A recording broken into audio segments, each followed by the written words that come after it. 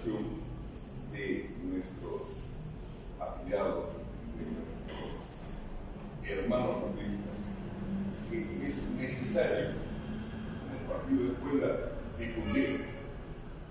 Y nosotros, cada uno, debemos ser publicistas, propagandistas, como lo fue el compañero jefe Víctor Raúl Ayala Torre. En ese sentido, prosiguiendo con los talleres, vamos a tratar un tema muy importante, como ustedes ven ahí, que va a estar a cargo en primera instancia del compañero Pedro Palta y de nuestra compañera Gloria. Por favor, lo recibimos, compañero Palta, con palmas activas.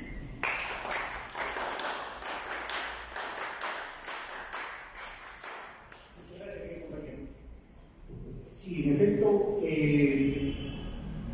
las políticas de salud siempre están enmarcadas dentro de la estructura de un plan de gobierno, dentro de lo que es, y denominamos nosotros, y Víctor Raúl lo denominó el año 1961, 23 de agosto, en la Plaza del Yacho, cuando dio su primer meeting, el plan mínimo.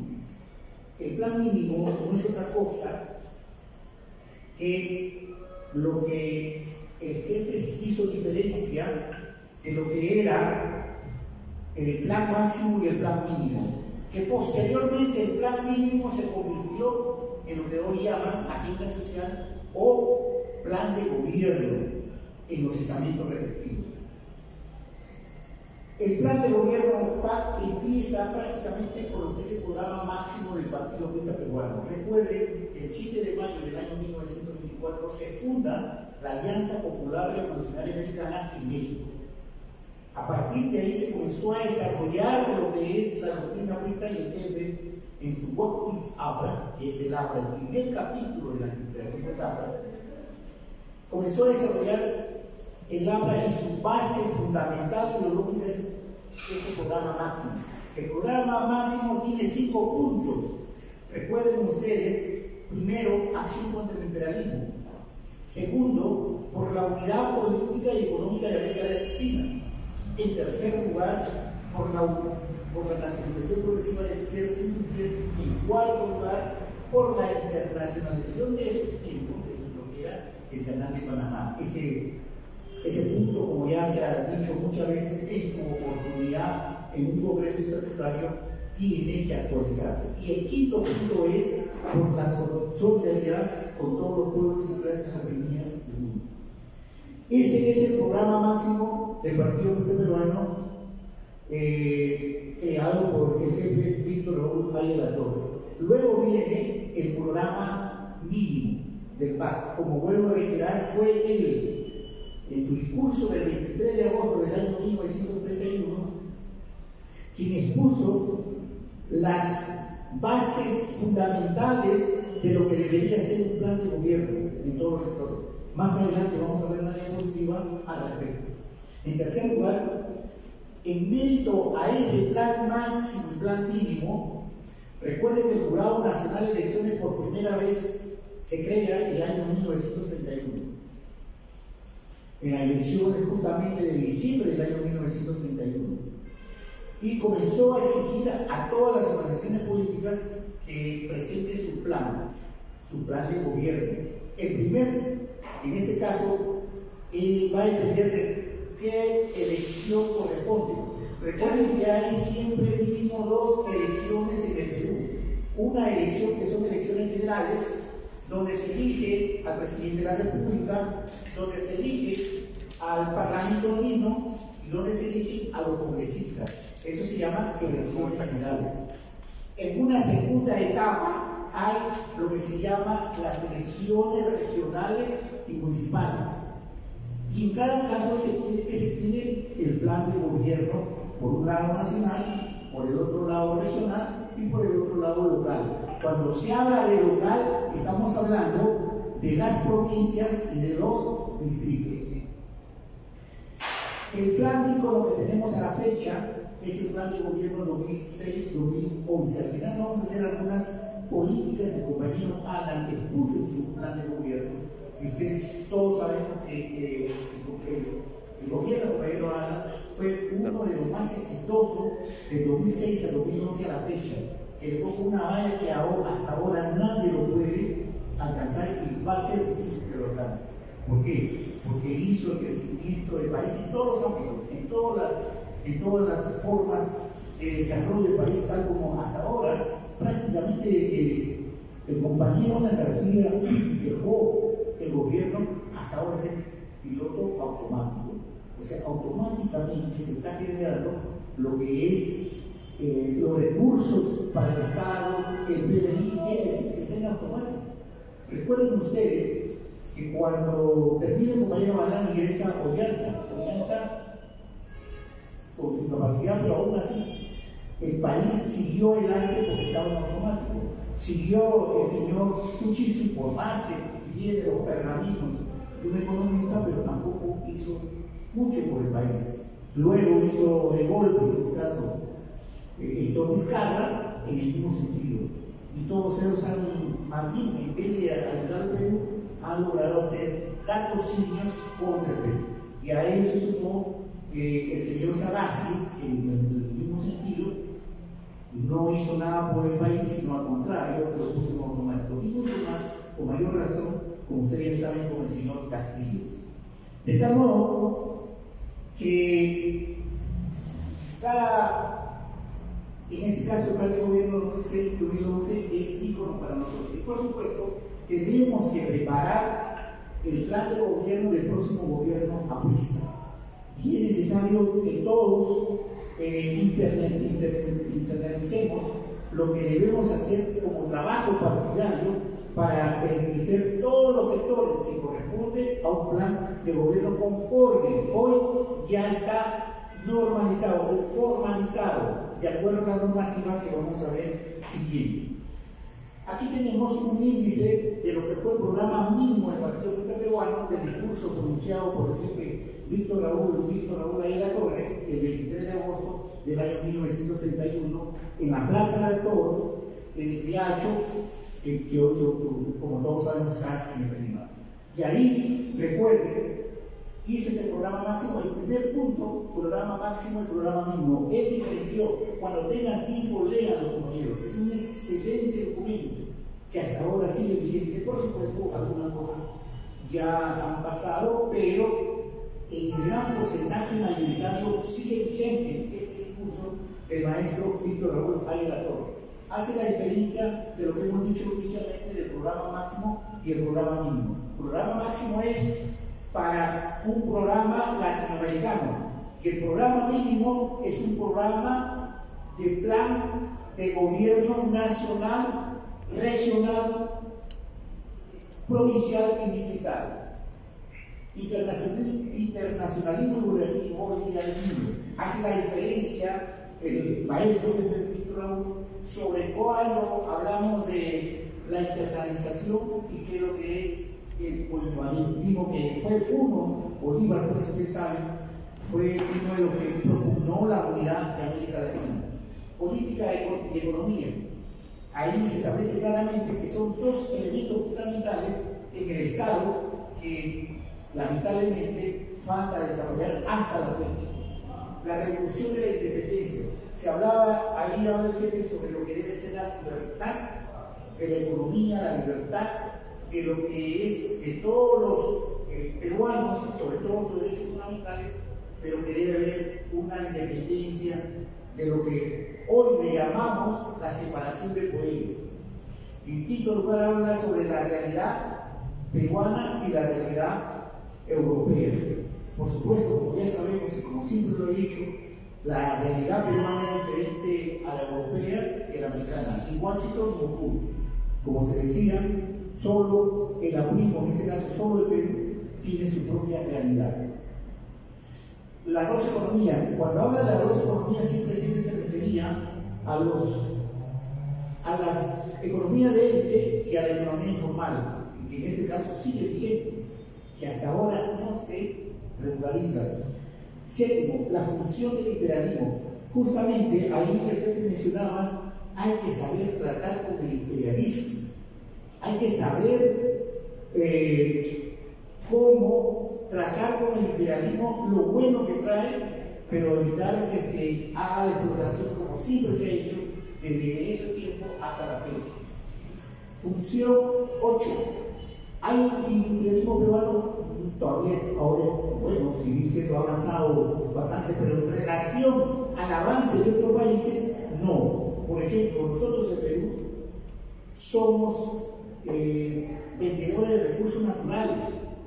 ¿Por qué no se hace el procedimiento o el proceso de darle mayor valor a todas las materias primas? ¿Por qué? Porque nos faltan industrias. Y ahí ha habido una falla en la política de los gobiernos que han sucedido, de que no hay una política de cómo industrializar el Perú, que sí lo señaló Víctor Raúl desde esa época, del año 1931. Industria de materias primas. Nosotros, si bien es cierto, somos productores, somos los que tenemos recursos naturales, no estamos industrializando estos recursos naturales o la materia prima. Nuestra cultura. El problema, dice el jefe, de que la cultura en el Perú es paupérrima, es una cultura que no llega a todos. Hasta hoy, como ustedes saben, la cultura es elitizada. Aquel que tiene recursos económicos puede educar a sus hijos. Y si no lo tiene, lamentablemente, surge la situación real que tenemos hoy por hoy. Y hoy el analfabetismo ha llegado a unos porcentajes totalmente contrarios a lo que es el Estado. En nuestra clase media, siempre él hablaba, ustedes saben que a los comunistas no les conviene la clase media, porque dice que la clase media, una vez que logra sus objetivos, ya no quieren saber nada con la masa o el pueblo. Por eso es que, si ustedes habrán escuchado, por ejemplo, al presidente de México, al presidente Fidel Castro cuando estaba vivo, la política cubana, venezolana y todo lo comunista dice, nosotros lo único que queremos es controlar, administrar la pobreza, la miseria. Y no están de acuerdo con la clase media, porque la clase media cuando se supera, buscan otros réditos. Por eso es que el jefe, el 23 de mayo del año 1923, cimentó lo que es el Frente Único de los Trabajadores Manuales Intelectuales. Ahí están la clase obrera, los campesinos, ahí están la clase media. Y ahí se acudió desde el principio crear riqueza para que no la tienen.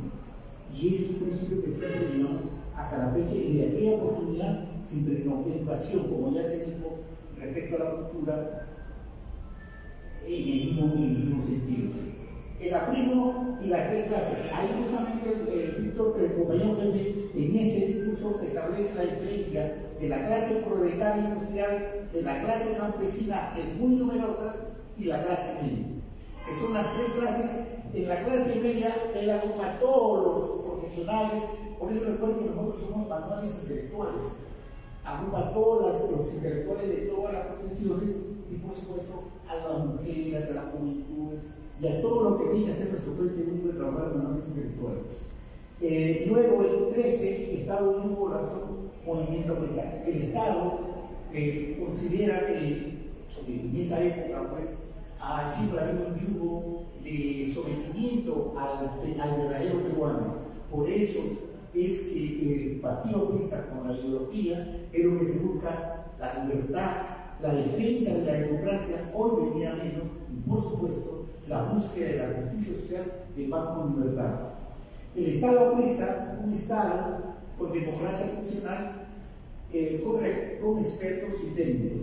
Miren qué tal visión que tenía el jefe de aquellos del año 1931, que establecía que la democracia debe ser funcional, es decir, que la democracia debe ser de abajo para arriba, es decir, que la problemática de Tumbes tiene que buscarse en su propia realidad y solucionar el tema, que es diferente a la problemática de Tacna, que es diferente a la problemática de Quito, y por supuesto diferente a la problemática de Lima.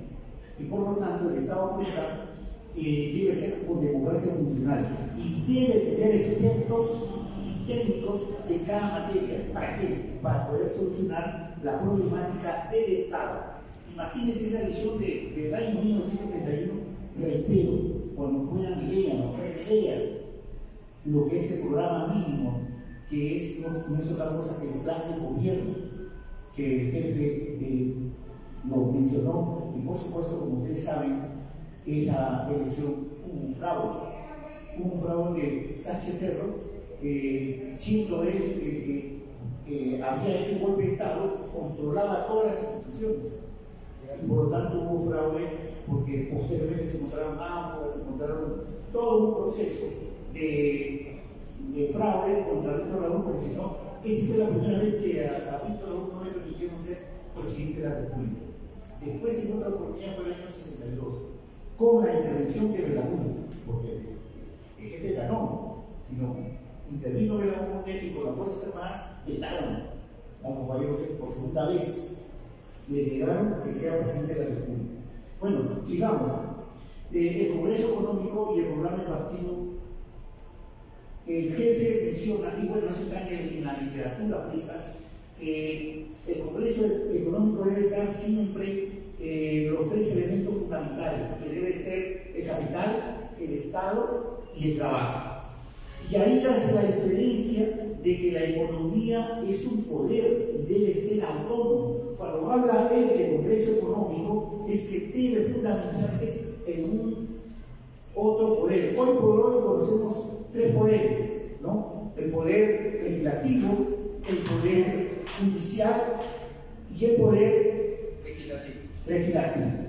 Y siempre se propugnó, en mayor tiempo propugnó el cuarto poder, el poder económico, a través del Congreso Económico. Y eso también es una tarea pendiente por hacer.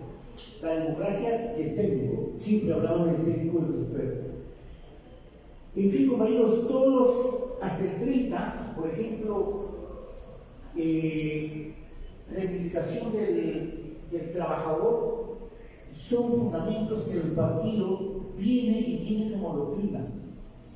Y en verdad son banderas que el partido peruano tiene desde la oportunidad y muchos la han arrebatado. Otros partidos, otros movimientos han arrebatado lo que son banderas apristas. Entonces, como es un tema bien largo, vamos a hacer, digamos el resumen, que el discurso de Víctor Raúl Torre del 23 de agosto del año 1931 es el principio del programa mínimo del partido que debe aplicar siempre, que no es otra cosa que el plan de gobierno nacional, que no es otra cosa como algunos llaman la agenda social. Eso es lo que en algunos términos, algunos compañeros lo denominan. En todos los procesos eleccionarios, hoy a la fecha, piden lo que estábamos hablando, PM, yo le llamo plan mínimo. Piden lo que es el plan de gobierno, ya sea para una elección nacional, para una regional o una local. Local se refiere a una elección provincial o regional. Y para ellos, distritales, y para ellos piden en todos los casos piden formato de resumen del plan de gobierno, que lo vamos a ver más adelante. Piden el formato de resumen del plan de gobierno a la fecha para las elecciones generales y el Parlamento mismo. Piden para las elecciones regionales, piden formatos de resumen para elecciones municipales y para las elecciones distritales. Más o menos este es el contenido que tiene cada plan de gobierno nacional en su estructura legal, que está citada en toda la normativa electoral que es hoy ya obligatorio para cada organización política. Cuando hay una elección en el Perú, cuando hay un partido que quiere participar nacional, recuerden, reitero, hay dos tipos de elecciones en el Perú. Hay más, pero las principales son elecciones generales, elecciones regionales y municipales. Después hay las extraordinarias o las comunitarias, como usted ya conoce. Y por otro lado están los referendos. Pero en este caso, cuando se trata de elecciones nacional, nos piden un formato de resumen de gobierno nacional. Y como primer punto nos piden el ideario, en segundo lugar la visión, en tercer lugar el resumen del plan de gobierno, y en ese resumen del plan de gobierno nos piden dimensiones. En esas dimensiones debe estructurarse los problemas identificados en su región, sea nacional, región, provincial o distrital. Nos piden los objetivos estratégicos, o sea, el que va a postular tiene que tener estos elementos. En segundo lugar, en tercer lugar, los indicadores y sobre todo sus metas. Y en cada caso piden esta estructura para la dimensión social, piden para la dimensión institucional, y piden para la dimensión territorial y ambiental.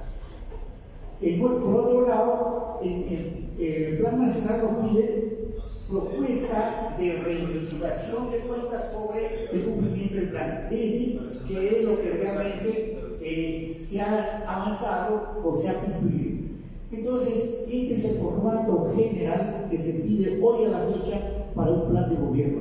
Y en cada una de ellas debe estar las políticas de todos los sectores. La política, por ejemplo, de salud, ¿no? Deben estar contenidas en esto.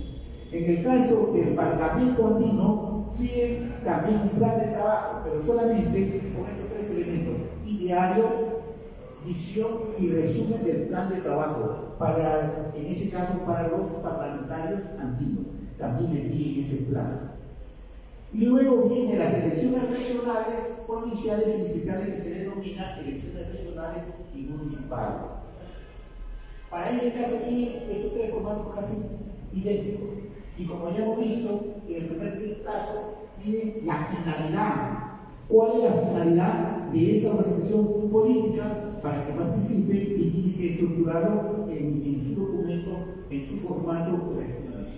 Las pautas y lineamientos generales de su plan de gobierno. En tercer lugar, piden el diario, cuáles son sus principios, objetivos, valores de la organización política. Por otro lado, piden la visión. ¿Cuál es tu visión? De aquí empiezas en 2006, terminas en 2011. ¿Cuál es tu visión? ¿Qué es lo que vas a hacer? Visión a futuro. Se pide que se plasme en ese formato de plan de gobierno. Por otro lado, las principales propuestas. Como ya ustedes han escuchado, estas propuestas deben identificarse los problemas, deben estar los objetivos claramente establecidos, cuáles son los estratégicos, y por supuesto los indicadores y metas. Y en cada caso va a haber que identifiques la dimensión social, la dimensión económica, la dimensión ambiental y sobre todo la dimensión institucional. Institucional significa qué es lo que vas a hacer tú como gobierno a tu institución de país, de región o de distrito. Y para ello lo que se pide es que en cada caso se presentan tres metas mínimas y eso se tiene que desarrollar tanto en dirección regional, provincial y distrital. Como ustedes ven ahí, es la estructura general a nivel general y nacional sobre las elecciones en el Perú. Compañeros, este es un formato, es el último formato del Plan de Gobierno Nacional. Se inició con la resolución 330-2020 del Jurado Nacional de Elecciones. Este es un formato de resumen del plan de gobierno. Esa es la primera página y esta es la segunda página. Por ejemplo, aquí estamos en el resumen del plan de gobierno y aquí está lo que decíamos: dimensión social, dimensión institucional, dimensión económica y dimensión territorial. Es lo que pide hoy el Jurado Nacional de Elecciones para postular en cualquier partido o organización política. Y ese es el plan de trabajo del Parlamento andino. En el mismo sentido, en la resolución 330-2020 del Jurado Nacional de Elecciones, en su anexo 6 está el modelo formato del plan de trabajo del Parlamento andino. Y hay que cumplir esa tarea porque ahí se tiene que llenar el diario, principios, objetivos, en cada caso de la presentación de la fórmula de parlamentarios andinos. Visión del plan de trabajo y síntesis de trabajo.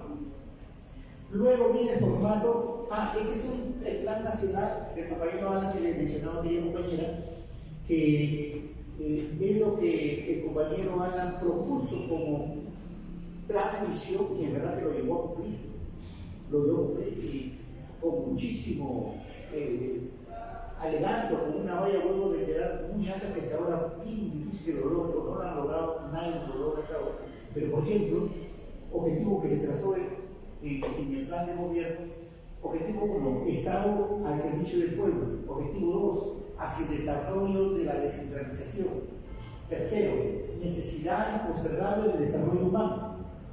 En cuarto lugar, propuso economía para la justicia social. En quinto lugar, infraestructura para el desarrollo e integración nacional.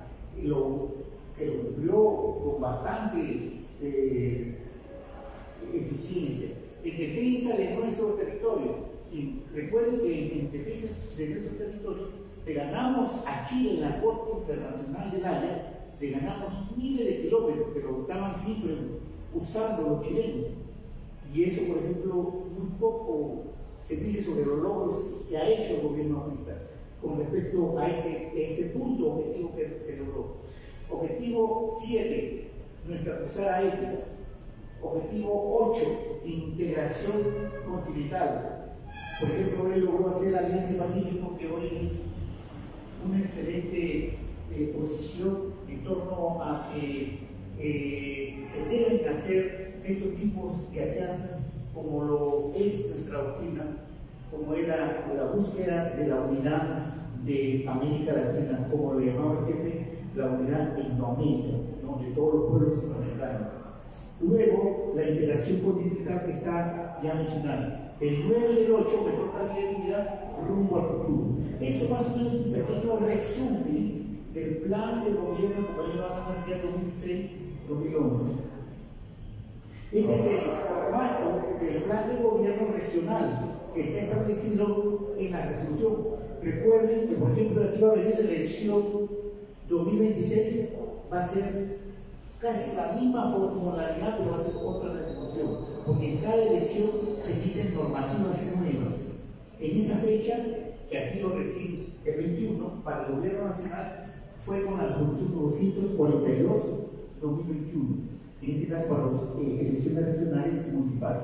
Y aquí está el plan de gobierno regional, como ya habíamos visto anteriormente. Finalidad, pautas y planeamientos generales, está lo que también se exige: el ideal, principios, objetivos, valores de organización política. Quinto, visión del plan de gobierno. ¿Qué es lo que tu visión tienes como visión del plan de gobierno? Quinto, principales propuestas de gobierno. Y ahí está lo que mencionaba, plan de dimensiones. Tiene que ser en cada dimensión política, económica, lo que puede. Tiene que haber metas mínimo 3. Miren, acá hay 1, 2 y va a seguir 3. Mínimo 3. 1, 2, 3, tanto en la dimensión económica, en la dimensión ambiental 1, 2, 3, dimensión institucional 1, 2, 3. Es decir, que debe especificarse, llevarlo al papel, cuáles son sus metas, dentro de ellos sus objetivos, sus indicadores y metas, ¿no? Y por último, los mecanismos para el control ciudadano y cumplimiento de las propuestas del plan de gobierno. Eso con respecto al formato regional. Ahora vamos al formato del plan de gobierno municipal. En el plan municipal ingresan quienes, las provincias y los distritos. Igualmente, con resolución 943 del Jurado Nacional de Elecciones de 2021, propone el modelo base del formato del plan de gobierno, y en el mismo sentido, finalidad, pautas y planeamientos generales. Establece el ideal, los principios objetivos que deben consignar todas las organizaciones políticas, visión del plan de gobierno, qué es lo que quieren lograr con sus proyectos. Y quinto, principales propuestas de gobierno. Ahí se repite lo que son las dimensiones social, dimensión política, dimensión económica, dimensión ambiental y territorial, y sobre todo la dimensión institucional. ¿Qué quieres tú para el Estado? ¿Cuál es tu objetivo para lograr, en este caso, si te lograras en este caso llegar a jefatura, o en este caso ganar las elecciones en determinada jurisdicción? Y si es nacional, por supuesto, a nivel de todos los partidos políticos.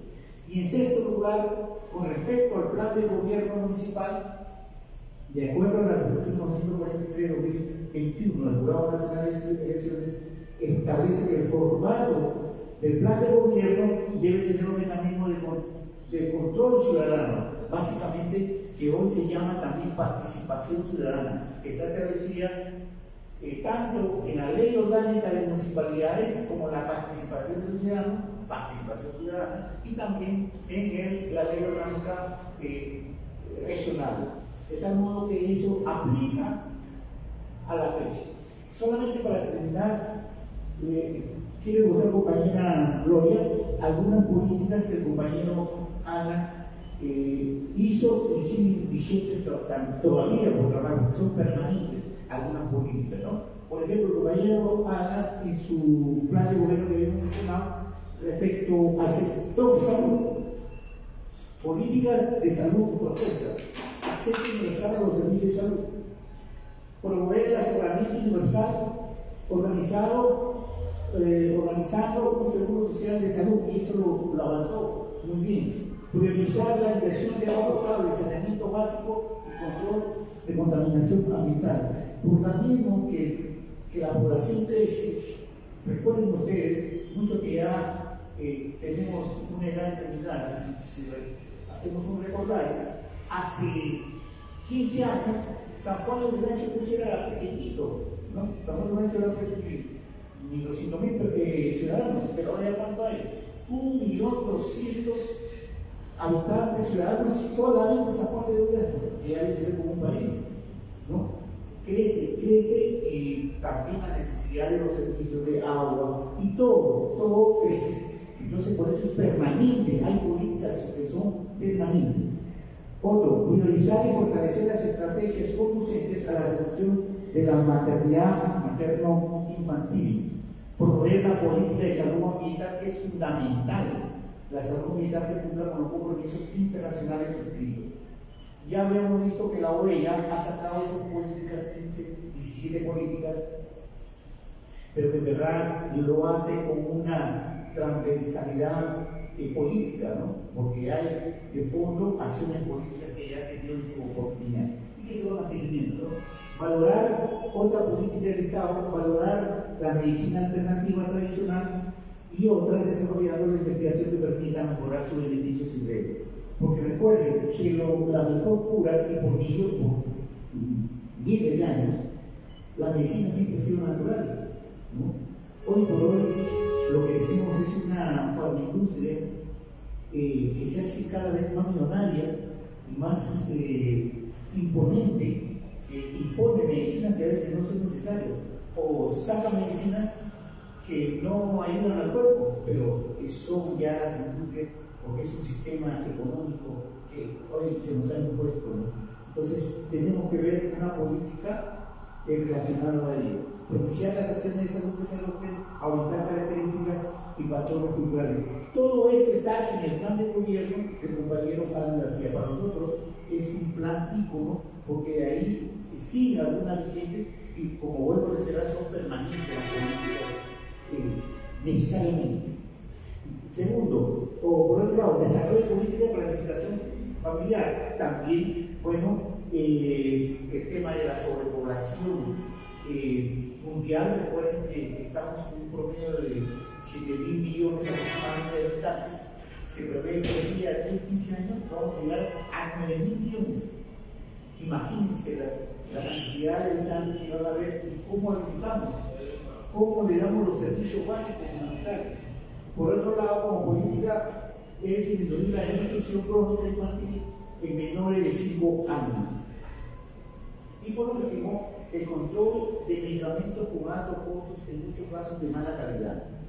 Compañeros, todos sabemos que hoy existe, doctora, usted nos podrá corroborar eso, existen las famosas, bueno, existen las medicinas básicas, ¿no?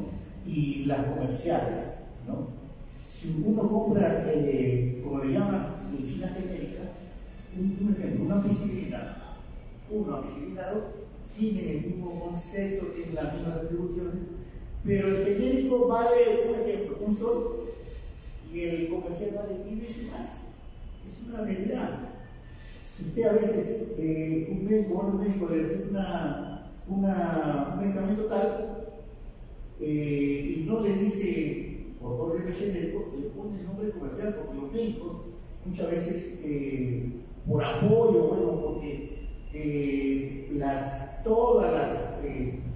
estas empresas, industrias, les dan la medicina, le hacen la propaganda, no le dice que el médico le da una medicina, una piscina, por ejemplo, hablando de la piscina, que si lo cubre le cuesta 10 soles.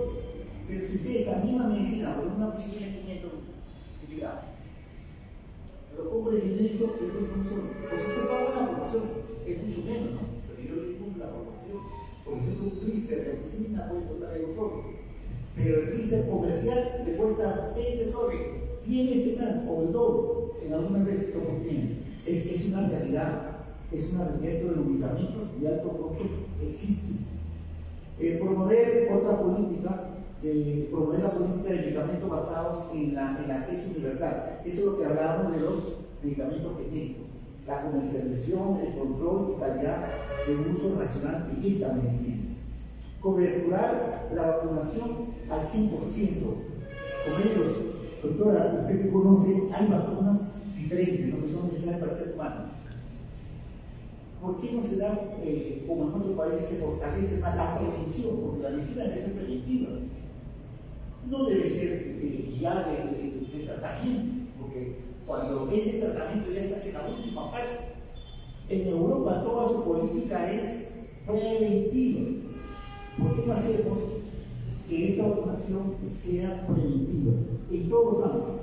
Bueno, últimamente nos han vacunado, ustedes saben todos, hemos recibido la tercera dosis, algunas cuarta dosis, pero en muchos lugares están viendo consecuencias de ello, hay efectos secundarios. ¿Por qué? Porque una vacuna que no fue investigada con la simplicidad que se requería, ¿no? Porque fue algo de emergencia, ¿no? Entonces ahí viene el problema de los efectos secundarios. Luego, fortalecer el programa nacional de prevención de enfermedades de pandemia, como en este caso el COVID. Ustedes saben que el COVID, bueno, ya es una cuestión ya de política, que se menciona, de que el COVID es una creación de laboratorio, ¿no? Y que lo que han soltado es una cepa de un porcentaje, algunos dicen 10%. Y muchos se preguntan, ¿qué sucedería si sueltan la cepa al 50%? Sería letal, ¿no es cierto? Pero para ello, ¿qué se debe primero hacer? Buscar la vacunación, que es fundamental. Con ello no habría mucho problema. Bueno, construcción y reconstrucción de policlínicos a nivel nacional. Recuerden que el compañero Alan García fue el que más hospitales hizo. Hasta ahora no hay ningún gobierno que haya hecho por lo menos la 10ª parte de lo que hizo su señor, lo que hizo el gobierno aprista. Entonces, esto es una política fundamental. Seguir construyendo o reconstruyendo los hospitales, clínicas, policlínicos a nivel nacional. Compañeros, estas son políticas que lo encontramos en el plan de gobierno del compañero Alan García y que también se desarrolló y se llevó a cabo. Puedo reiterar, está con nosotros para culminar esta parte de introducción, está con nosotros nuestra querida compañera Gloria Ruiz González, que viene, en este caso, por la compañera doctora Regina Medina, para hacer una exposición sobre política de salud. Compañera Gloria, bienvenida y muchas gracias por su participación. Agradecemos por Pablo Batista.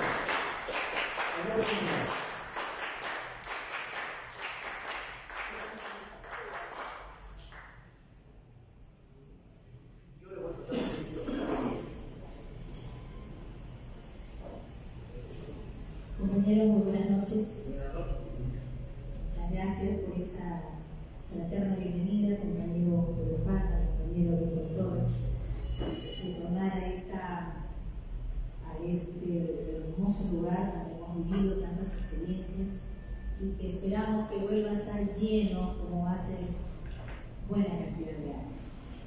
Esta fraternidad también tiene como motivo tocar algunos temas sensibles.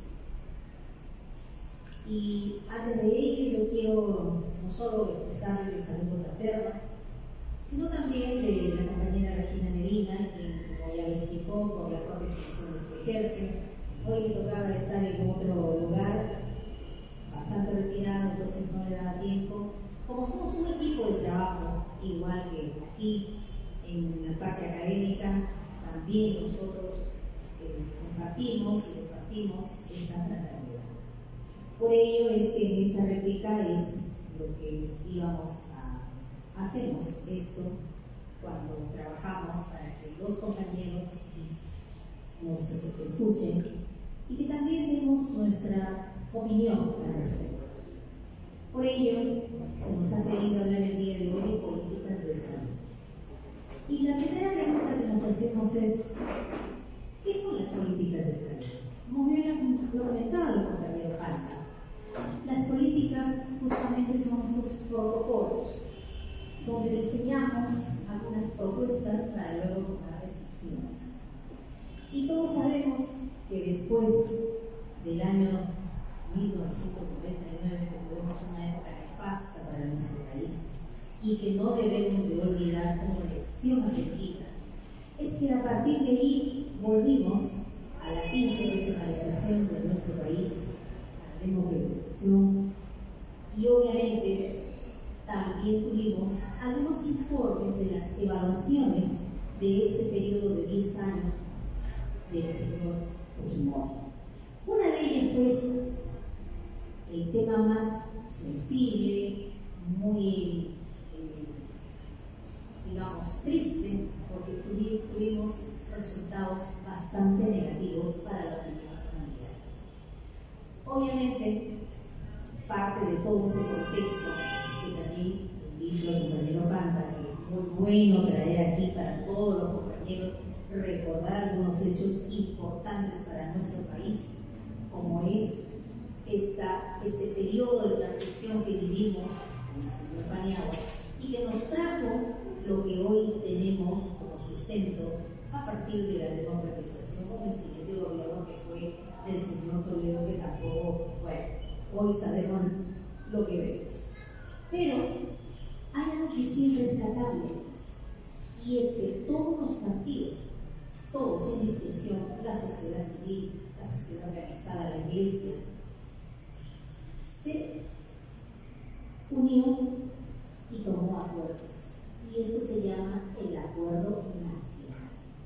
Dentro de ellas, para establecer determinadas políticas, que son 30, la número 3 es la que nos corresponde a nuestro ámbito, porque somos profesionales de la salud, es lo que nos corresponde, y esto que todos los gobiernos deben de tomar en cuenta. Para ello, por eso, cuando hablamos de lo que es política, es eso, porque ahora estamos comprometidos, como ya muy bien nos ha dicho una buena antesala, nuestro compañero Panta, también reviviendo algunas épocas y venía a mi memoria las bonitas gestiones que hacíamos con el compañero Alan cuando caminábamos en los diferentes sectores, en los diferentes distritos arriba de los cerros, en Villa El Salvador, en San Juan de Gancho, en Huaycán, hermosas jornadas, nosotros participando también con nuestros estudiantes, con nuestros compañeros, trabajando en la comunidad. Por ello es que ahora volver a tocar este tema nos mueve también la sensibilidad. Entonces, para hacer un análisis de lo que es estos protocolos, es necesario mirar lo último que tenemos diseñado en políticas de salud. Y es esto, en el periodo después de los compañero Alan, que dejó establecido algunas líneas, el periodo anterior a este gobierno tiene lo que se denominó la Política Nacional Multisectorial de Salud. Hagamos un pequeño análisis de esto, porque a partir de aquí vamos a retomar y vamos a notar la diferencia de lo que se trabajó en 2011-2016, y aquí viene la propuesta que venimos a ver.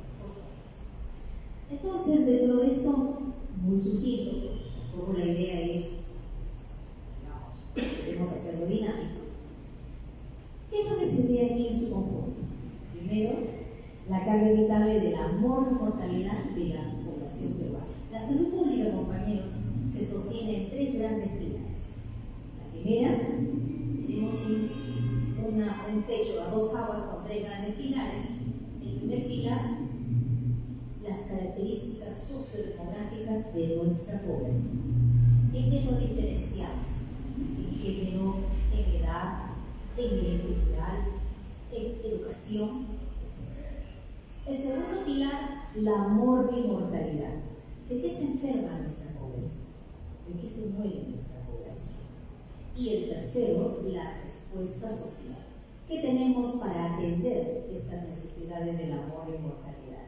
Y aquí viene lo que son los establecimientos de salud en sus diferentes categorías y en sus diferentes niveles de complejidad para la atención.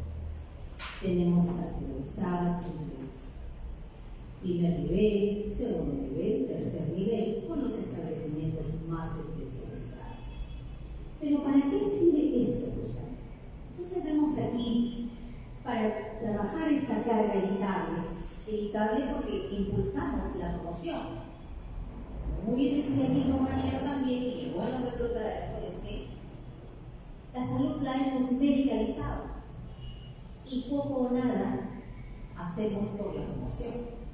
Hablamos de la atención primaria, pero poco o nada hacemos nosotros mismos desde aquí. No hacemos réplica de todas estas buenas prácticas de la salud. Este escenario anterior de la emergencia sanitaria nos ha dejado muchas lecciones aprendidas. ¿Y qué es lo primero que aprendimos, compañeros, de esta experiencia? A ver, ¿quién me quiere decir, por favor? ¿Qué es lo que nos ha quedado así, grabado y clavado, como dice, después de esta emergencia sanitaria? ¿Qué es? El deterioro de la salud mental. Correcto, pero como lección aprendida, ¿qué nos ha quedado que ahora todos lo hacemos ya así, de memoria? La economía. ¿Dónde? Sí, pero ¿dónde? Lavado de las manos. Y esto, compañeros, esto es algo que tenemos que hacerlo de hace muchos años atrás. Es el primer paso de esa atención primaria, de ese cuidado de la salud. Esta emergencia nos ha enseñado que hoy no tenemos que olvidar, eso es lo primero. Pero para ello necesitamos otros recursos. ¿Qué necesitamos para lavarnos las manos? El jabón, sí, pero ¿qué necesitamos? Lo vital mencionado, el agua. Saneamiento. Entonces, eso es lo que también tenemos que trabajar y revisar aquí qué es lo que ha sucedido. Entonces, para esta carga evitable, tenemos la participación aislada de los actores públicos y privados sobre los determinantes de la salud. ¿Qué es un determinante de la salud? Aquellas condiciones, aquellos factores que van a contribuir a decir esto es lo que tiene esta población. Son los determinantes, lo que van a marcar esa mortalidad de nuestra población. Entonces, aquí el compañero con mucho tino decía, nos falta dinero. Sí, pues. Me falta dinero para comprar agua, para tener instalación de agua, para tener provisión de agua. Eso es un determinante. ¿Cuál sería su determinante allí? ¿El dinero? Lo mencionado también hace unos minutos. ¿Determinante? ¿Económico? Entonces, miren cómo todo esto, salud, no es solo salud de enfermedad, no es solo salud medicina, no es solo salud hospital, como lo identificamos siempre de una manera muy tubular. Lo segundo, las condiciones inadecuadas del sistema de salud para garantizar el derecho humano para la salud. Muy bien, todos hablamos de cobertura de salud, todos hemos visto como Bertino el crecimiento así de manera progresiva de la instalación de nuevos hospitales, y eso es muy bueno. Pero pregunto, ¿solo es necesario construir más hospitales especializados? Que resulta la atención cara, porque hay que también tener profesionales especializados, hay que tener medicamentos especializados. Entonces hay algo que nos está faltando. Y miramos nuevamente a ese primer nivel. Tercero, la débil rectoría y gobernanza de la máxima autoridad sanitaria del país. ¿Quién es el rector del sector salud en nuestro país? En este gobierno y en todos los anteriores y en todo lo que hemos vivido. ¿Quién es?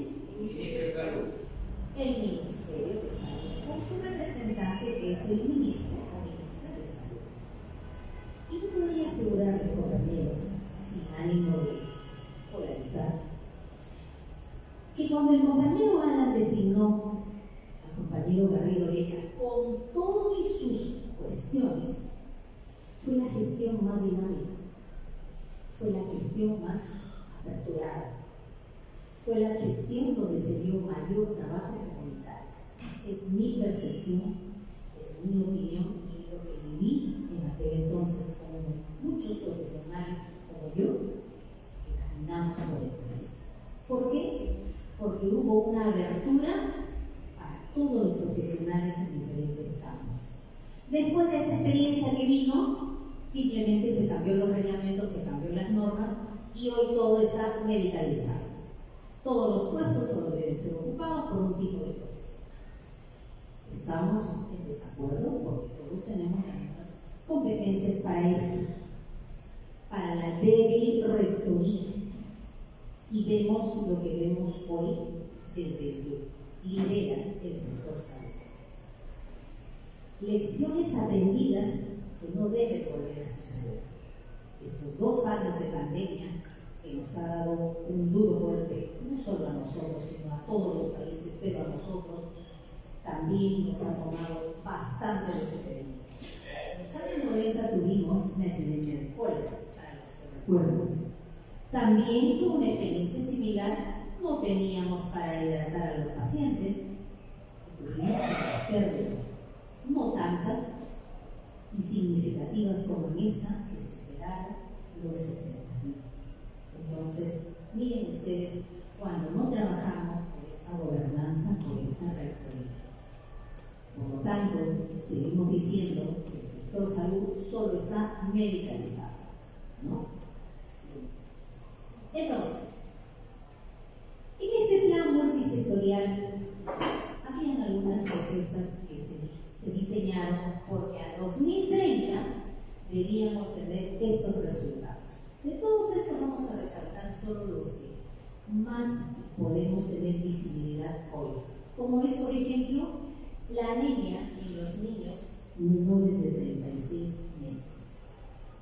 Esto se esperaba que se haya reducido al 3% y hoy vemos que esto supera largamente esta cantidad. ¿Qué quiere decir? Que no estamos abordando el problema. Y abordar el problema no significa solo controlar la anemia, darle las chispitas con hierro, darle las galletas fortalecidas con hierro. No es solamente eso, es todo un problema contextual. Tenemos que ver el contexto, por qué tenemos esta situación no controlada. Otro de los aspectos que también de esta proyección que se decía para tenerla, dice, el porcentaje de gestantes y niños menores de 12 años expuestos a metales pesados, también he conocido que toda la zona donde ahora se ha incrementado notablemente la minería ilegal, entonces no hay un control de esos metales pesados, pero dice que aquí estos reciben salud de atención integral en establecimientos de primer nivel, postas, puestos de salud, que se incrementan al 90%. El primer nivel no se incrementa. Por lo tanto, esto hoy podemos decir que no se puede. También, otra de las propuestas que se decía en 2030, que iba a haber una disminución de la prevalencia de enfermedades transmisibles como resultado del fortalecimiento del sistema de salud. Esta era la propuesta. ¿Qué hemos visto el año pasado? Enfermedades como Guillain-Barré que se incrementó. ¡Oh, sorpresa! ¿Por qué? Porque en la emergencia sanitaria no atendimos aquellas enfermedades inmunoprevenibles, como bien lo he mencionado, el sistema de inmunizaciones. Entonces, ¿por qué? Porque la prioridad era atender el COVID. Y eso era normal porque tampoco podíamos dejar de lado esta necesidad, que era más que una necesidad, una desesperación, porque yo veía a mi familia que ingresaba a un establecimiento y ya no lo veía más, ni siquiera tenía la oportunidad de despedirme.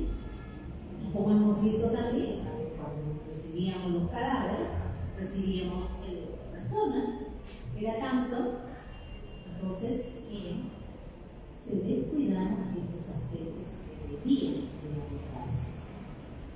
Dentro de estas enfermedades transmisibles, las más saltantes que debemos de tocar aquí, dice: el porcentaje de vacunación completa en niños y niñas menores de 15 meses se incrementó al 95%.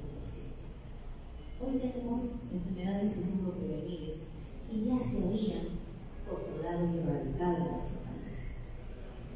Estamos en 2023, 3 años después de esta experiencia tan peligrosa. Entonces, no solamente esto no se cumple, sino que hay varios aspectos que sí hay que abordar. Sí.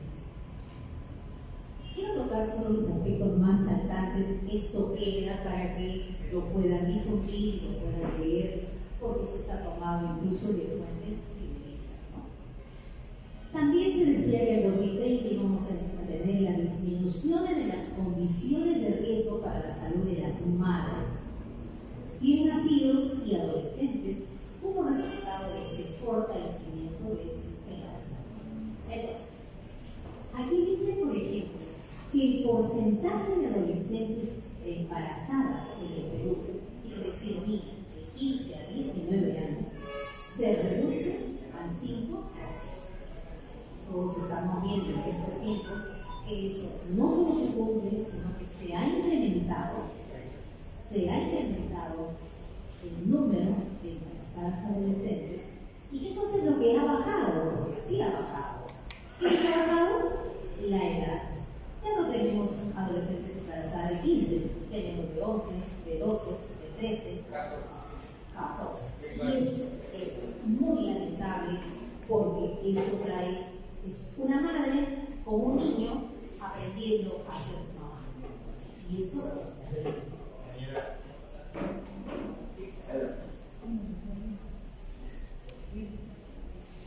Dentro de este plan multisectorial de salud, también se plantearon objetivos prioritarios que ameritaban ser atendidos en primer lugar y lineamientos. Esto fue lo que se trabajó en el gobierno del señor Kuczynski. Como uno bien dice, a veces los pergaminos no nos hacen a las personas, ¿no? Podemos tener una bonita planificación, pero cuando no abordamos el tema desde la raíz, nos queda en esto, en el papel. Por eso es que aquí, cuando lo leemos, hacemos una crítica constructiva para que nosotros podamos mejorar esto que nosotros. Se decía, por ejemplo, que en estos objetivos prioritarios tenemos el enfoque de derechos. Claro que sí, pero ¿qué es lo que se ve aquí? El respeto a la dignidad de toda persona. Porque ahora tenemos incluso esa acción que yo tengo para poder ser atendida en un establecimiento de salud. El ser humano es el centro de diversas esferas de acción del Estado. O sea, tiene que haber este compromiso para hacerse. Igualmente, brindar garantías para la igualdad de trato y la no discriminación. Hoy tenemos derecho a que me traten como yo me identifico, a la no discriminación. Y hay una ley que me protege al respecto. También es parte de nuestra educación desde casa. También que garantice a la población los recursos para la atención de salud. Hay una gran propuesta que debemos de rescatar desde el segundo periodo de gobierno de nuestro compañero Alan, que fue la propuesta de compras únicas para que puedan tener los establecimientos de salud dotación de medicamentos oportunos y a tiempo. El enfoque intercultural es básico esto. El enfoque de género, ¿no? Para ver las diferentes oportunidades tanto en hombres como en mujeres. Y vamos a hablar de esto, de lo que hemos mencionado. ¿Cuál es qué es lo que muestra en nuestro país el análisis de la situación del país? ¿Qué cosa es el ACIS? El ACIS es el documento donde se plasma todos aquellos reportes que se reciben de todos los establecimientos de salud. Y han venido a la consulta, por qué motivo vienen a la consulta, quiénes han sido atendidos, quiénes no han sido atendidos, cuáles son sus edades, cuáles son las enfermedades que mayor demanda estudio. Entonces nos dice, en esta escala de los últimos 5 años, el análisis de la situación de salud nos dice, por ejemplo, que la estructura poblacional tiene aquí un cambio. Y este cambio significa también mirar los niveles de atención. Por ejemplo, dice que entre varones y mujeres, de 2010 a 2022, no hay mucha diferencia. Estamos mitad y mitad. En cuanto a los adolescentes, sí hay una ligera baja. ¿Por qué? Porque ahora tenemos menos niños. Las mujeres ya no queremos tener tantos hijos como antes. Ahora estamos en un promedio de 1 a ninguno. ¿Por qué? Porque le estamos dando prioridad a otras actividades productivas. Porque sentimos que esa es la oportunidad. Esto está trayendo a colación que esa pirámide poblacional vaya disminuyendo. Asimismo, el adulto mayor, que estaba en el año 2010 en 2.569.000 aproximadamente, a 2022 tenemos 4.450.000. Ese dato es muy interesante, compañeros. ¿Por qué razón? No porque nos estamos haciendo más viejos, sino que estamos diseñando para dar la atención a estos adultos mayores para que tengan un estado saludable. ¿Qué estamos pensando? ¿Qué estamos diseñando? Y aquí es donde debe ir nuestra mirada. Aquí tiene que estar la estrategia para dar la atención a quien lo necesita. ¿Por qué razón? Porque un adulto mayor nos cuesta mucho más caro en un establecimiento de salud si no le damos esa atención de información y prevención antes. Una cama hospitalaria en un adulto mayor es 3 veces más que un joven o un adulto. El tiempo de permanencia. La medicación por motivo de las comorbilidades, o sea, quiere decir, todas las enfermedades que se van a sumar a las que van a iniciarse con esta evolución del adulto mayor, y además podría traer discapacidad, porque hay la función motora que va disminuyendo. Entonces, esa recuperación va a ser muy lenta o demasiado lenta. Entonces, ese es el costo mayor que vamos a absorber si no le damos una atención inmediata. Asimismo, otro de los aspectos que también nos tiene que preocupar es la población menor de 5 años, que está lleno desde 10 millones, ha bajado hasta 8. Muy bien. ¿Qué está pasando en Europa con esa mirada que siempre le damos? No hay niños, ahora se solicita y se da permiso para que vayan de nuestros países de América, para que puedan hacer familia ya y pueda darse utilidad a toda esa capacidad instalada, principalmente colegios. Se cierran los colegios en Europa, ¿no? Aquí tenemos problemas con los colegios, porque están incluso deteriorados, pero esta podría ser una proyección a futuro si miramos de nuestra forma la atención. Otro de los datos saltantes también es la razón de dependencia. Esto ha ido bajando y va a seguir disminuyendo, porque cada vez tenemos oportunidades de productividad y los jóvenes hoy en día que tienen la tecnología y la inteligencia artificial en la mano están con mayores oportunidades laborales porque son captados por empresas de fuera, ¿no? A través de la tecnología, y tienen oportunidad también de ganar un poquito más que nosotros, que somos incluso dependientes de una institución pública, y jóvenes de 17, 18 años ingresan a este mercado laboral digital con muy buenas oportunidades. Entonces, ¿eso qué quiere decir, mis compañeros, a nivel de salud? Que tenemos que dar una mirada a otro aspecto que va de la mano con la salud, y es la educación. Entonces, esto es un panorama muy rápido de que es cuando queremos trabajar políticas y propuestas, es donde tenemos que poner los ojos. ¿Cómo está la información al día del comportamiento de la población, el grupo etario, el género, el modo y mortalidad? Entonces, de este mismo análisis, porque cada año se emite un informe de ese análisis, repito, este análisis es la respuesta de lo que todos los establecimientos reportan, ojo, de lo que reportan, no de los que no van a un establecimiento de salud, porque esa es la debilidad más grande que hemos perdido después del segundo periodo de nuestro partido. ¿Por qué? Porque si antes se iba en la comunidad, a las casas, a las cuadras, a los barrios, a captar a todos los sintomáticos respiratorios, podríamos tener un pequeño control de lo que era la tuberculosis.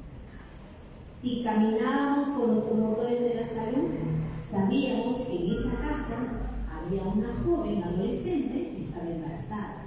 Inmediatamente la captábamos. ¿Para qué? Ya está embarazada, pero ¿qué es lo que nos interesa? Que tenga sus controles prenatales a tiempo, para evitar que esa adolescente podía tener, que con su embarazo de alto riesgo, podía tener un parto de alto riesgo. También allí se pone en riesgo la vida de la mamá joven o del niño por nacer. Entonces, en esta triangulación de toda esa relación, por ejemplo, vamos a hablar de COVID, que está en rojo. Las 6 primeras causas de muerte en 7 departamentos vulnerables, donde más hubo afectación, que fue el norte de nuestro país, y luego pasó al sur. Entonces, para poner un ejemplo aquí, sigamos la flecha en rojo, va a estar ligado a la lista de subgrupos de diagnóstico mayor de AVISA, o sea, todas las actividades con discapacidad en departamentos vulnerables, de 2025 al 2030. Miren ustedes. Luego tenemos aquí un problema que no entendemos, tenemos una hermosa clínica, como hemos dicho. La segunda causa de la morbilidad en nuestro país es los problemas de salud oral, caries. Miren, eso no baja. Como que tampoco baja la primera causa, que son las enfermedades respiratorias. Y no entendemos, tenemos un programa de inmunizaciones muy bien dotados, tenemos un grupo muy buen formado de contingente de profesionales, técnicos y estudiantes que van casa por casa a vacunar, y seguimos con un porcentaje muy alto de enfermedades respiratorias. Pero la caries, miren todo el problema que trae. Fíjense, no solamente está ligado como primera atención de consulta externa, sino que además también está ligado a los grupos de diagnóstico. Entonces, ¿qué significa todo esto? Que cuando yo tengo una morbilidad ya descrita, ¿cómo es que esta se asocia con la necesidad de atención? Una caries no la voy a atender en el hospital Balsa. Una caries no la voy a atender en el hospital San Bartolomé o en neoplásicas. Una caries tiene que atenderse necesariamente en un centro de primer nivel de atención. Por lo tanto, allí debería estar dotado en este primer nivel con su buena silla odontológica, con sus profesionales odontólogos, para que todos los que vengan no a tratarse la cara, sino que vengan para decirle: oiga usted, su dentadura está muy buena, siga usted cumpliendo la norma del cepillado, siga usted cuidándose de esta manera. Entonces, este primer nivel,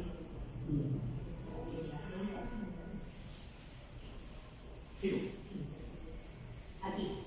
Entonces, esta triangulación nos lleva a acciones jóvenes, que también en este análisis de situación nos dicen que debemos de consolidar y extender el aseguramiento universal de salud en todo el país. Esto me parece un discurso brillante. Tenemos aseguramiento, tenemos el CIS, tenemos las empresas prestadoras, tenemos salud, pero tenemos una alta demanda. ¿Qué está pasando aquí? Hay que descentralizar el servicio de salud a nivel municipal. Sí, pues, pero la experiencia nos ha dicho que desde el señor Toledo no fue muy buena idea tener los hospitales de solidaridad, donde ha permitido más bien que no se haga triangulación de la información, porque para nadie es conocido, compañeros, que cuando un trabajador de tuberculosis está afectado, debe guardar un resguardo, ¿no?, con su medicación permanente, y no debería ir a trabajar por lo menos las 6 primeras semanas. ¿Para qué? Para que no siga contagiando. Pero, como se puede detectar en solidaridad, esa información no se reporta, la persona recibe su medicación, pero sigue trabajando. Si se va de licencia, o sea, de permiso, no le van a pagar sus metas, no le pagan su guardia, no le pagan su sueldo. Entonces, ahí viene la otra parte, esa contraprestación que significa seguir el contagio. Y la tuberculosis se contagia por vía aérea. Entonces, ¿qué hacer para ello? Esas son parte también de las estrategias que tenemos que abordar. Reducir a la mitad la tasa de mortalidad infantil. Sí, se ha controlado, pero dice de finalizar el próximo gobierno, porque habla ya de porque es lo que se propone, que será del 10%. Ojalá que podamos en algún momento tener. Entonces, aquí bueno está parte de estas metas: implementar los programas con servicios móviles equipados y conectados. Para nadie desconocido, que una de las propuestas del señor Kuczynski entonces, con este plan multisectorial, fue llevar el plan mejor.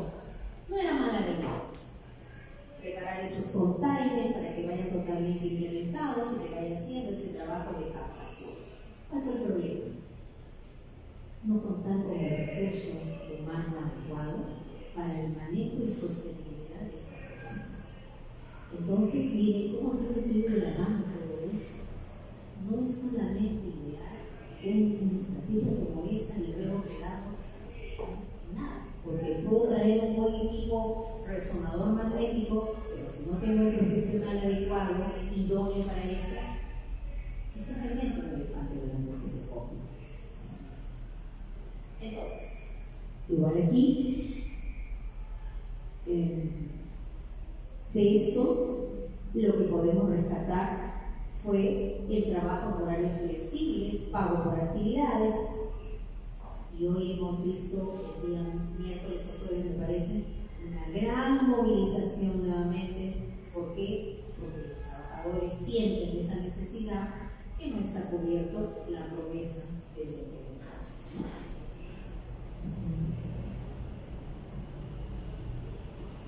Promover el desarrollo de inversiones en salud a través de asociaciones públicas y privadas. ¿Cómo será?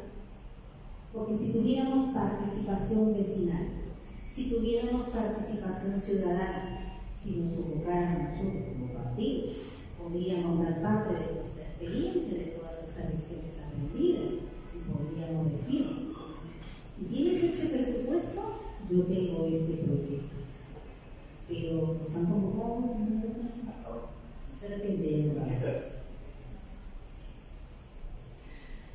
seguimos. Entonces, algo de lo que yo quiero rescatar aquí es que en el segundo gobierno de nuestro partido se impulsaba mucho y dio el primer paso el compañero Alan en esa segunda oportunidad que se dio y que lo hicimos muy bien. Fue ir empoderando el primer nivel de atención. ¿Qué debe ser como propuesta? Ese primer nivel de atención, hablamos de puestos de salud, que primero captemos la sensibilidad de nuestros compañeros, de nuestra población, porque nadie quiere ir a un centro de salud. A ver, yo pregunto aquí, levanten la mano, ¿quién ha ido a la posta más cercana a su casa para que le hagan una evaluación?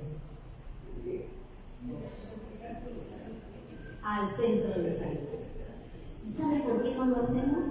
Porque cuando vamos, yo quiero que me hagan un descarte a ver si estoy bien en mis 60 años, o si tengo diabetes. No lo activo, ahí no me lo hacen, tengo que irme al otro nivel. Pues eso es lo que necesitamos.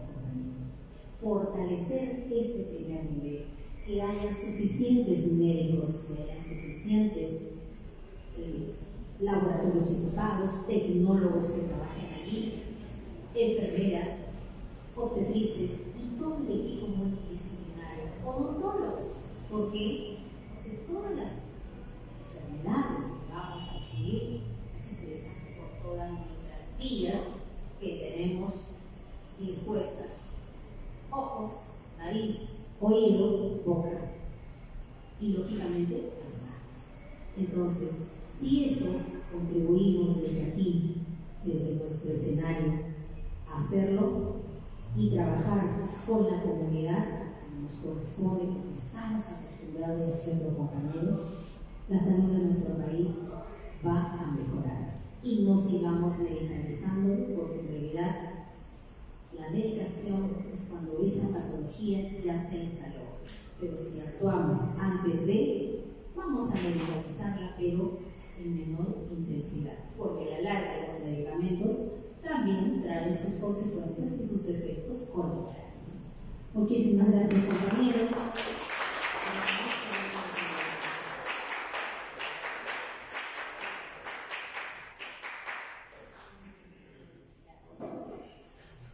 Muchas gracias, querida compañera Gloria Cruz González. También nuestro agradecimiento, nuestro saludo fraterno a nuestra compañera Regina Elena Espinosa, siempre esperando y bienvenida cuando así lo corresponde. Compañeros, sí, compañeros, ¿alguna pregunta? Compañero Cáceres, compañero Cruz, compañero también, compañero de Iván. Ya. Compañero Cáceres primero, por favor, su pregunta.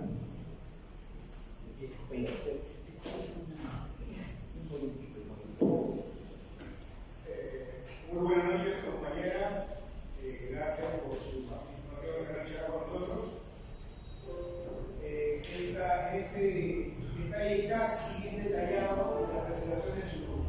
Especialmente me centré como economista en este sistema de gestión. Me centré más bien en lo que es el detalle poblacional, como las categorías que usted detalla, para lógicamente, yo imagino exactamente ese cuadro.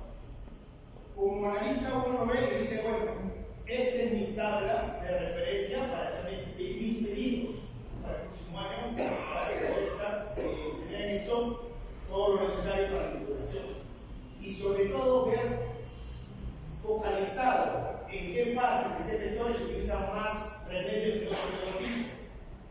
Pero lo que yo no veo ahí, y disculpe usted, es, por ejemplo, y es una realidad que se dio hace pocos años y yo lo vi de afuera. Es, por ejemplo, es algo que no es un secreto, y que todos lo sabemos, es la población extranjera. Ellos vienen de otra realidad, de otro clima, más cálido. Nosotros acá en Perú tenemos humedad. Y lógicamente yo tengo entendido por lo que yo he conversado con muchos de ellos, ¿no? Dicen de que les ha afectado el clima cuando venían para acá, porque cambiar del clima seco, cálido, más tropical, al de nosotros que es acá húmedo, más que nada les ha afectado a los bronquios, ¿no? Entonces yo tengo entendido, porque lo veía por cable, tengo entendido de que en esos tiempos hasta el CIS no estuvo, disculpen mi ignorancia en eso, corríjame por favor, no tuvo la capacidad necesaria para poder hacer frente a toda esa demanda médica y medicina para estas personas, o cuál habría sido el problema de desabastecimiento, porque tengo entendido que existe un gran problema y un bajón, una caída, por decirlo más sencillamente, ¿no? De desabastecimiento, que tengo entendido como se habla a nivel poblacional, es decir, se entró en una quiebra para este momento, debido a este tipo de demanda para esta gente. Entonces, la pregunta es por qué se dio ese problema en ese tiempo. O sea, creo que ha sido como hace 7 años, 6 años. ¿A qué se debió? ¿Será que el CIS, el Ministerio de Salud, debió en estas tablas de referencia poner también un rubro más que vendría a ser el origen del paciente, ¿no? O algo así, para poder tenerlo como referencia, lógicamente? No como encasillar al paciente, no, sino como algo, una información general y tener un punto de referencia para lógicamente también saber que si esta persona viene de otro país que le va a afectar nuestro clima, es bueno tener esto, ¿no? Listo para poder decir antibióticos, nebulizadores y todo eso, ¿no? Y usted sabe como buena doctora de que también hay pacientes alérgicos a cierta medicina, a otra medicina, como la amoxicilina, la penicilina y lo demás, otros derivados. Esa sería mi pregunta, ¿no? Gracias.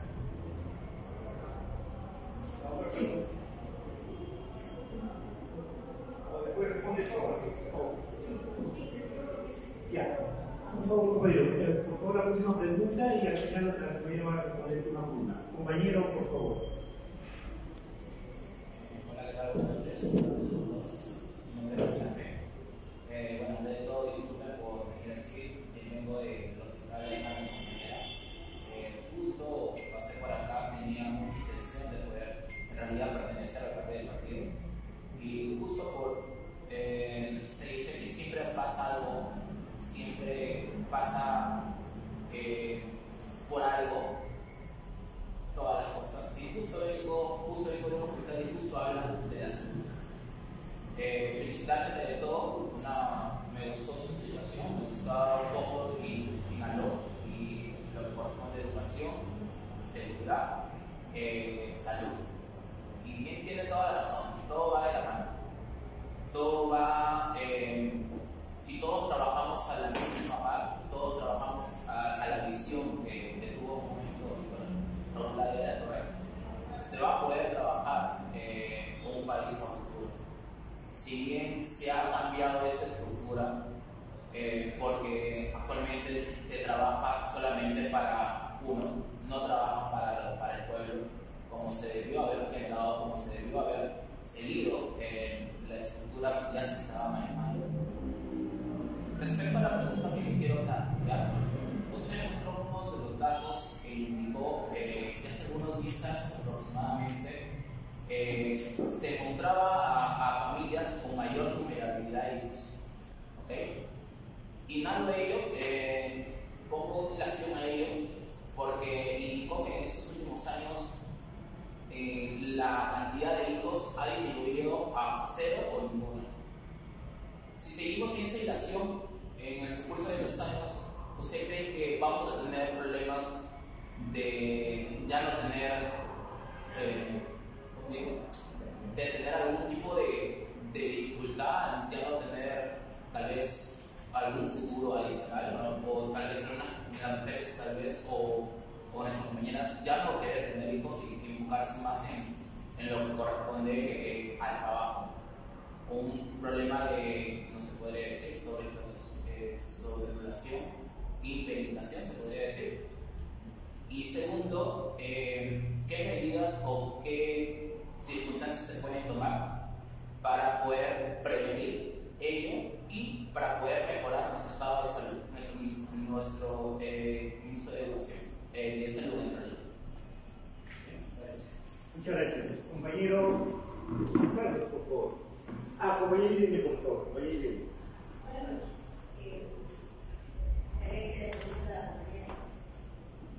Lo que sí quisiera decir sobre lo que es un apoyo primario que decía usted, me ha actuado en la 85 y el gobierno fue muy amplio, donde las cosas médicas podían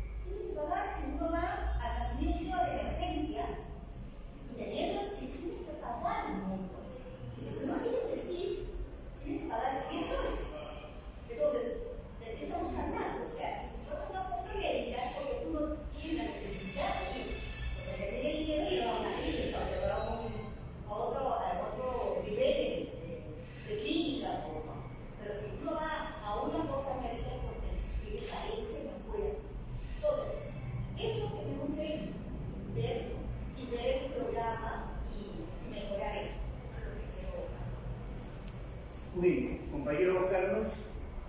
¿Alguien más quería preguntar para a partir de ahí comenzar a absorber? Compañero Carlos. Ok, gracias. Compañera, felicidades por la exposición. Lo amplia, clara. Mi inquietud es la siguiente, compañera. Identificamos estadísticamente o por informaciones que existen cuáles son los problemas en salud en el país. ¿Cuáles son los focos en los cuales se tiene que tomar las alternativas inmediatas? El partido PRI-está, vamos, más simple. Sabemos que la desnutrición ha aumentado. ¿Qué proponemos? ¿Qué proponemos para combatir esa desnutrición? Sabemos que se está incrementando el número de personas mayores para ser atendidas. ¿Qué hacemos como medida o medicina previsional para que esas personas adultas, que son las que más se podrían afectar o enfermar, no caigan en lo que usted dijo, el costo mayor que origina? Y básicamente un poquito apartándome de lo que es el tema, compañera, hablando del aspecto de salud, nosotros como apristas tenemos algo que hacer muy importante, que es ver la manera, cómo organizarnos, cómo hacer para que un personaje causante de genocidio en Perú esté buscando que postular nuevamente. Un personaje que fue culpable de lo que le sucedió al compañero García está buscando que postular nuevamente y no hay un juicio real que lo juzgue y lo condene. No hay una manifestación del Partido Aprista, vamos, aglutinar a la gente para denunciar a este individuo culpable de más de 200 millones de muertes de personas en Perú. Entonces, algo está haciendo en el aspecto de salud el partido, compañera, al respecto. Compañera, quería ser brevemente nomás. Todo lo que se pone ahí va a ser no se va a poder lograr mientras que el gobierno no establezca un pacto partidario de beneficio nacional. No lo va a dejar gobernar y llevar a cabo todo. Se manda todo eso. Primero queremos cómo pactar eso, para que dejen gobernar al país. El pacto partidario de beneficio nacional para cual yo propongo se debe decir eso primero, y de eso está ahí que viene por complemento. Nada más. Doctora, adelante. Permítanme primero agradecer sus participaciones, porque eso quiere decir que el mensaje llegó como lo esperábamos. En primer lugar, y siempre decimos, ¿no? Cuando tenemos preguntas es porque hemos generado inquietudes. En primer lugar, también debo decirles de que el tema era hablar de políticas y decidimos hacer un análisis de lo que hubo, de lo que presentó nuestro partido y qué es lo que deberíamos hacer.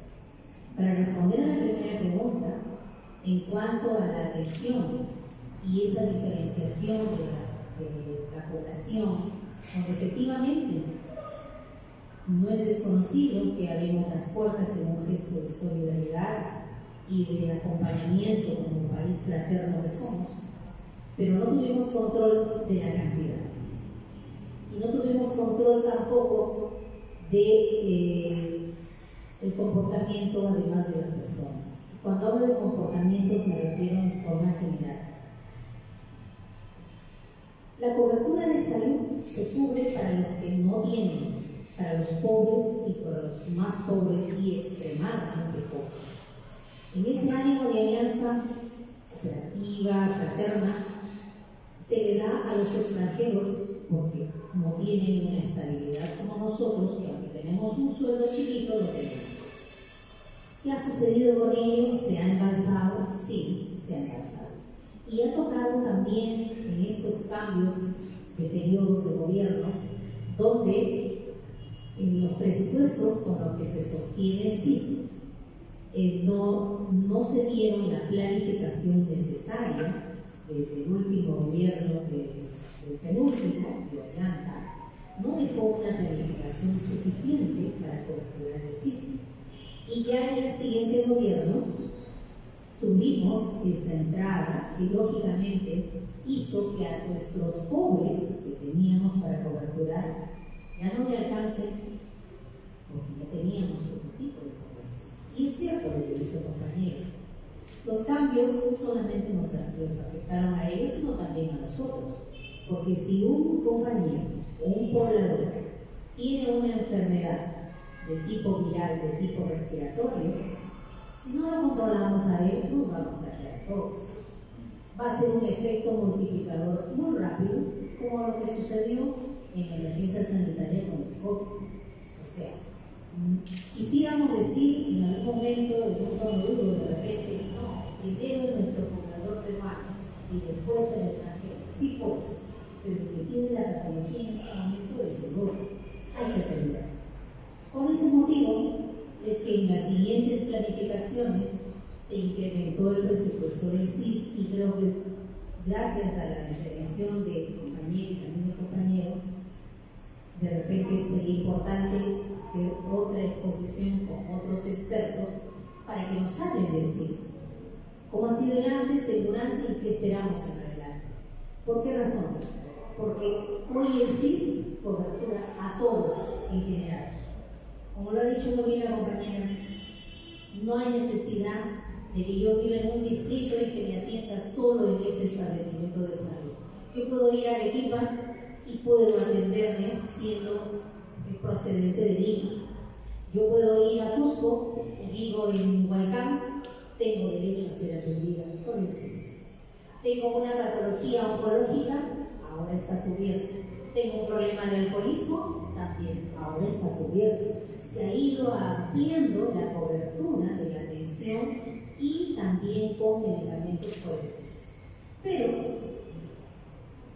esto respondiendo a la primera pregunta. Eso no hace que disminuya la morbilidad, porque todavía no hemos atacado el tema de fondo. Y cuando el compañero nos hace mención de la atención, ¿por qué no se le atiende? Es justamente por eso, porque todavía tenemos embalsamientos en determinados establecimientos, porque no hay cobertura en esos de primer nivel. Y sí, compañeros, el trabajo en salud no es solo medicar al paciente, el trabajo es conjunto, con educación, con agronomía, con ambiente, con economía. Es todo un trabajo articulado, porque los determinantes de la salud no es solo lo que estoy enfermo, sino todo ello que me acompaña para poder atender mi salud. Si no tengo dinero, no tengo alimentación, voy a terminar con anemia. Si no tengo condiciones de seguridad en una vivienda y tengo afuera el frío, el viento, voy a tener problemas respiratorios. Si no tengo agua, no tengo desagüe, voy a tener enfermedades de otro tipo, metaxémicas o parasitarias. Si estoy expuesta a esos determinantes. Con lo que decía también con respecto a que aquí no hemos traído una propuesta como partido, es porque creo que esto es un preámbulo para conformar los grupos de trabajo con colegas más expertos que yo en determinadas áreas. Nosotros lo que traemos es nuestra experiencia, lecciones aprendidas, hemos sido en algún momento gestores, entonces tenemos esta capacidad de análisis. Y como muy bien lo he mencionado también, las cifras, como lo he mostrado, son cifras reales, pero como lo dije también, son cifras que se plasman aquí en un registro. No tenemos las cifras de los que no se registran, de los que no acuden a los establecimientos de salud. Quiere decir que aquí hay algo enmascarado que también tenemos que abordar desde nuestras trincheras. ¿Qué hacer para ello? Justamente con esta proyección es que debemos de ir pensando y trabajando con toda esa experiencia que ya tuvimos de 2 gobiernos. ¿Qué hacer para abordar la atención del adulto mayor? ¿Qué hacer para cuando las mujeres, hoy queremos tener menos niños, las mujeres peruanas? pero no hemos visto las otras opciones. Entonces, esto sí amerita de repente mesas de trabajo, grupos por diferenciación y, respondiendo también nuevamente al compañero, es que no ha sido nuestra intención no traer una propuesta porque sería un poco fraterno de nuestra parte traer una propuesta individual. Y estoy segura que la doctora Regina, la compañera, tampoco lo hubiéramos hecho porque antes tendríamos que haber trabajado como academia, aportar al partido y que tenga la plena seguridad que eso será así cuando seamos convocados. Este trabajo yo creo que es el inicio de cómo debemos dialogar. Y yo insisto también con el compañero de que nos gana el escepticismo de decir, sí, pues hay muchas cosas que no se van a poder hacer. Yo creo que sí podemos hacer cuando en conjunto, de manera fraterna, nos unimos y nos sentamos a trabajar. Y cuando decimos una cosa clara, compañero, así, en voz alta y precisa. Y eso hace y nos va a permitir que aquellos infraternos, aquellos personajes que han hecho daño al país, no retornen. ¿Por qué retornan aquellos que sabemos que son corruptos, que son inmorales, que tienen taches en todas partes? ¿Saben por qué? Porque no salimos al frente a decirles. No tenemos que enfrentarnos con él, tenemos que decirle a la población, esta es la situación. Si seguimos este mensaje replicador, no va a haber necesidad ni siquiera de enfrentarnos a esas personas corruptas, a esas gentes que nos han hecho tanto daño. Solo se van a ir. ¿Por qué? Porque ¿quién da la votación? ¿Quién los apoya? ¿Quién los empuja? ¿Quién los coloca donde están? Aquellos pobladores que nosotros, como compañeros, también hay que decirlo, compañeros, no hemos cumplido pues la tarea. No hemos cumplido con decirle a nuestros vecinos, a nuestros amigos, a nuestros estudiantes, esta es la situación del país. Y estos son los responsables en determinados momentos de lo que ha sucedido. Queda en ti la reflexión si quieres que cumpla. Porque la democracia es eso, compañeros. La democracia no es enfrentamiento. La democracia también es decir las cosas precisas como tienen que ser. Compañero Raúl nos dejó grandes lecciones, así como nos dice, si sabes, enseña, y si no sabes, aprende. También Ramiro decía, conversar no es verdad. Eso tiene que calarnos a nuestros hijos, a nuestros nietos. Ya tenemos que ir trabajando con ellos para que este efecto multiplicador llegue a todos los escenarios. Por eso creo que sí considero importante, compañeros, traer cifras reales, pero también decir la procedencia de las cifras y qué podemos hacer. Ya será motivo de que el compañero Pata, estoy segura, está trabajando todos estos escenarios, donde está trayendo diferentes temas para sentarnos a aportar. Muchísimas gracias, compañero.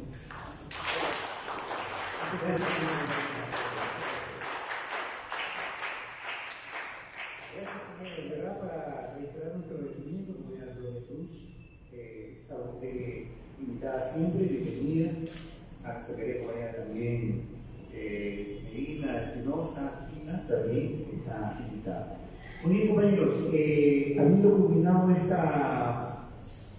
evento, yo creo que no queda otra cosa que seguir. Tenemos el próximo viernes otro taller muy importante, así que están invitados. Reiterarles, compañeros, estamos trasladando en las invitaciones el link tanto de Facebook como de TikTok para que nos puedan seguir a nivel nacional e internacional. En verdad, estamos recién implementando poco a poco, porque venimos trabajando desde el inicio del año, pero estos instrumentos de redes son necesarias y obligatorias, porque sin ello no podemos avanzar. Muchas gracias a todos, muchas gracias, compañeros. Vamos a dar por finalizado, por favor, vamos a cantar nuestra marsellesa a la voz de tres. 1, 2,